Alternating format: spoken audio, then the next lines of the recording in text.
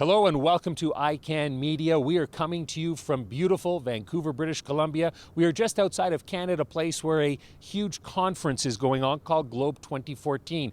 I'm your host, Rob Hislop, and over the next couple of days we're going to be heading into the conference, taking in some of the many sessions and talking to some of the keynote speakers. Some of the topics discussed: changing energy landscapes and responsible resource management. Now, there are over 250 plus speakers, world leaders in their industry, talking here over the next 3 days. 50 plus countries are represented, and there are over 300 exhibitors at the trade show. We are going to give you a taste of what Globe 2014 has in store.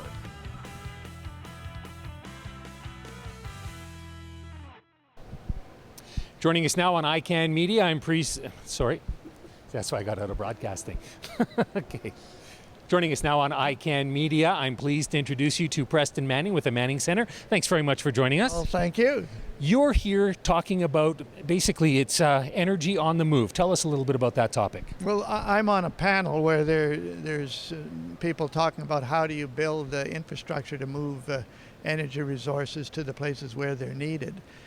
With all the challenges of doing that, the public concerns about the environment, about safety and things like that. And my contribution will be to say that a big infrastructure project today really has to carry the judgment of a significant number of the public. It's a little bit like your infrastructure project has to be able to win an election. Mm-hmm. And so you kind of have to approach it, what do I have to do? Not just to get the engineering right or the financing right or the life sciences part right, but what do I have to do to carry the judgment of the public on my project? And it's more a political problem. Right. Well, social license is the term that's thrown around here, and I guess that's what you're referring to as well. Yes, yeah. And it's increasingly difficult to get. Mm-hmm. How much work do you put towards that, though? Because if we look at something like Keystone or Northern Gateway, I mean, you hear the complaints of some people saying that it's just getting bogged down in the process. Meanwhile, opponents of them are probably thinking everything's going the way it should. Well, I think you can shorten the amount of time and energy required, but to the extent that you start approaching this, carrying the judgment of the public early, and you actually sort of form a coalition of interests that want to see this done, but want to see it done responsibly, rather than these projects solely being carried by the proponent.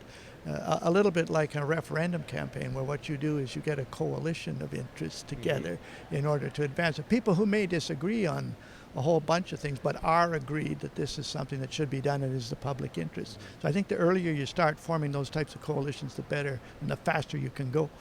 Well, you were in politics for a while. You know, too, that it's not always about getting informed people to vote for you. Sometimes it's about getting emotion on your side and going that way. So, I mean, and that's certainly part of the debate on moving energy around our country. The public has to watch on this social license concept that if companies and that obey all the laws that are set forward, get all the regulatory approvals, and yet there are still people who will not accept that as a reasonable judgment. That's like people who go through all the efforts of having an election, at the end say, I don't agree with it, and so I won't recognize you as the MP or the MLA. There's two sides to this, that you got to have that process, but at the end of the day, if that process is followed, then a majority of people have to uphold it. And if you don't uphold it, then you've got a problem, not with social license, but with the rule of law. Mm-hmm. One of the latest things in the news right now is that the rail companies in Canada are changing their oil cars in the wake of Lac Mégantic and other tragedies. Does it need to take a tragedy to get this sort of action? No, but I think the media will pay attention when there is a tragedy. There have been changes in oil cars being made virtually every 2 years. Go and look at the early oil tankers and look at the current ones today. But because these were made without some disaster to prompt them, just that people are trying to make them safer, faster, bigger, and so forth. And I think that has to be put in perspective, that there's been changes in oil tankers being made ever since they were invented. It's just it's getting more publicity these days. Okay. Well, let me ask you this last question for you. How does the general public ensure that they're informed and getting the right side of the opinion? How would you, as an average citizen, you're hearing from the government and industry side, you're hearing from the environmentalists, how do you get through all that and find the truth? Well, I have this institution that tries to prepare people for political involvement, for actually running for office. And one of the things we tell prospective candidates is, if you can, go to source. Like, don't get all your information from secondary and tertiary source of information, but try to go to source, even on both sides. Don't just take what you get in the media, because the modern media, the negative is more newsworthy than positive. Short run is more newsworthy than long-term. Emotion is more newsworthy than rationality.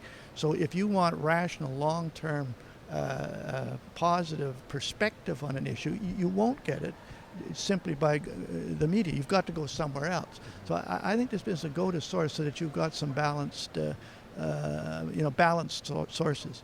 Of course, it is easier to get access to many different areas of information these days as well. One has to watch. Just because something's on the internet doesn't mean it's true. Fair enough. Thank you so much for your time. Okay, thank you. All right, we've been chatting with Preston Manning here on ICANN Media.